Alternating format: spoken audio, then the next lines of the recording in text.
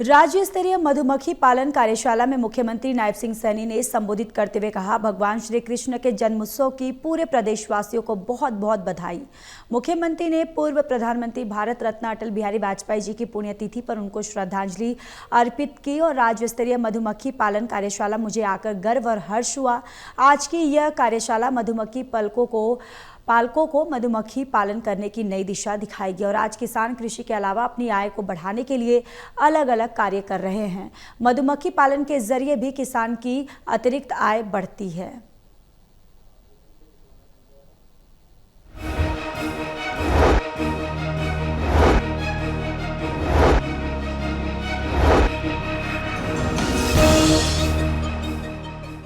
अभी भी मैंने अपने बजट भाषण के अंदर ये घोषणा की थी कि हम हरियाणा के अंदर 3 एक्सीलेंसी सेंटर, उत्कृष्टता केंद्र वो बना रहे हैं और जल्दी ही उसके ऊपर काम भी चल रहा है ताकि हमारा किसान की आय बढ़े और वो हॉर्टिकल्चर के अंदर भी आए।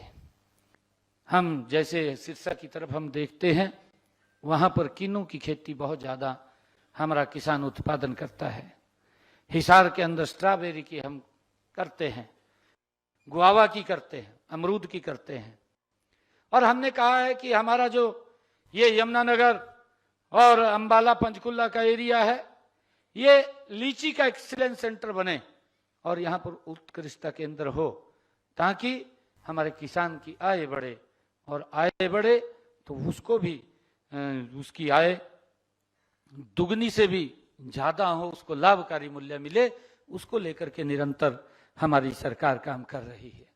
आलू की ट्राली कितना वो अपने खेत के अंदर खर्च करके वो उत्पादन करता था और जब उसको मूल्य, लाभकारी मूल्य की बात आती थी, उसको लाभकारी मूल्य नहीं मिलता था। उसको सड़क पर के ऊपर उस ट्राली को घेर करके अपने घर बिना पैसे के जाना पड़ता था, उसका खर्चा भी उसके घर गल में पड़ता था। और फिर ये लोग बोलते हैं विपक्ष के कि किसान की हालत खराब हुई है। परंतु मुझे खुशी है मित्रों, 2014 के बाद मेरा कोई भी किसान हरियाणा के अंदर जो सब्जी का उत्पादन कर रहा है, आज तक आपने एक भी ट्राली सड़क के ऊपर झाड़ी हुई हरियाणा के अंदर नहीं देखी है। उसकी भावांतर भरपाई देने का काम ये हमारी सरकार कर रही है। भाइयों, मुझे खुशी है कि हमने अब तक हरियाणा प्रदेश के अंदर 30,000 किसानों के खाते में 135 करोड़ रुपया भावांतर भरपाई का पहुंचाने का काम किया है।